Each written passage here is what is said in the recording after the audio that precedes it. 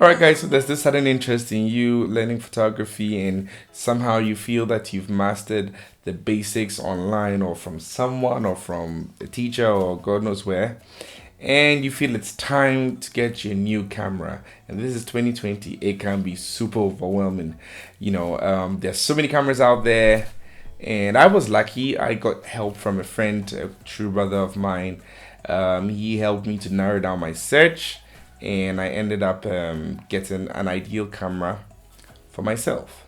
So this video is intended to sort of quicken that process and to let you land on a camera that would truly bring out your full potential. Alright guys, so just so you know, there are some cameras which are designed for photos and there are some cameras which are much more oriented to video. We also have hybrids, which means they can do both well in photo and video. So for me, I like to be in the middle. I'm the weird one and I like crazy things and I like the best of everything. So I prefer the hybrid cameras because at some certain point in time I would really want to capture photos and I would also want to capture some good quality video. That way I get to merge the two and come up with some magic. So the first thing I would really like to hit on is about purpose. Now, you need to be able to distinguish what form of photography or videography you want to go towards. Some people are oriented or geared or interested more in the video aspect, and others are geared into the stills, the photo aspect. So you need to make a decision where you would want to go, the direction of which you want to go. So when you're able to clearly distinguish which approach you want to go to, either photo, video, or both, then you can narrow down your search to the kind of camera which can really serve that purpose. So when done with the purpose, you need to look at your budget. I mean, there are some cameras which cost like 2 arms and 2 legs, you know what I mean? But some are cheaper and it really depends on what you're looking for. Now, if you have a really high budget, go ahead. You could get one of the expensive ones, which would probably not necessarily give you better results. Well, they may give you better results, but then you need to be able to choose a camera which would fit within the budget. One thing I like to do is if I give myself a budget, I like to allocate additional things I'll be adding to the camera. So maybe a lens, probably a flash or something. That way, when the camera comes, I'm not too limited as to what to do with it or the purpose I'm going to use it for. Still on the budget, there are some cameras out there which can still do the job 100% well, and which come with lower prices, and others are still really high. And one thing I like to do is I like to be true to myself. If I have an X budget, maybe 5,000 cedis, and if I am looking at weddings, I should probably get a decent camera which takes great photos, which has a decent megapixel and an ISO performance that can really be helpful in low light conditions.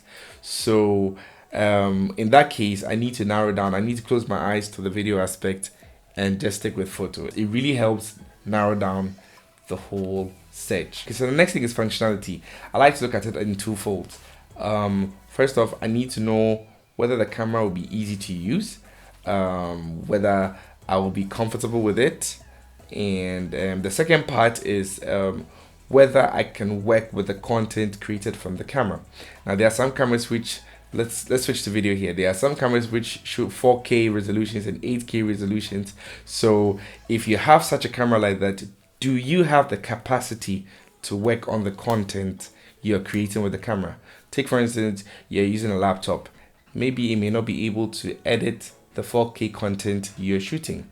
You need to make sure that whatever camera you're getting, you get a camera which you can work with in terms of your content creation, what you're going to do after you're done taking the photos or video. So in the next point, I'd like to talk about the availability of the components you're going to use with the camera. One thing I've realized in Ghana is lots and loads, the majority of people shoot with Canon, meaning the tendencies for you to get Canon accessories are probably going to be easier than probably another brand. Now it's getting better. Others are using Sony, others are using Nikons and Fujifilms and whatever. So first of all, you need to check your immediate environs because most friends probably will be shooting a certain camera brand, meaning you can either rent lenses or you can borrow lenses. That's less money. So one thing you need to do is you need to check that as well. That way, if Kobe is using a Canon, or if Nanocam is using a Canon, and if I decide to go and buy a Canon, the possibility or the tendency for me to borrow lenses from them will be so high. So I can probably kill two birds with a stone by probably getting one lens. And since a friend of mine has a 70-200, I could probably go switch with his. But it's always important that you try and get your own stuff. That way, you probably don't run into issues. You know what I mean? Yeah, because there can be so many issues which pertain to this point. I wouldn't even want to go there. But yeah, try and get your own lenses. It's always the best way. And finally, the last point I'd like to talk about is maintenance. Now, how do I say this?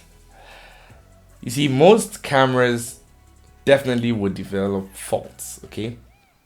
And you need to find people who are conversant with your particular camera brand.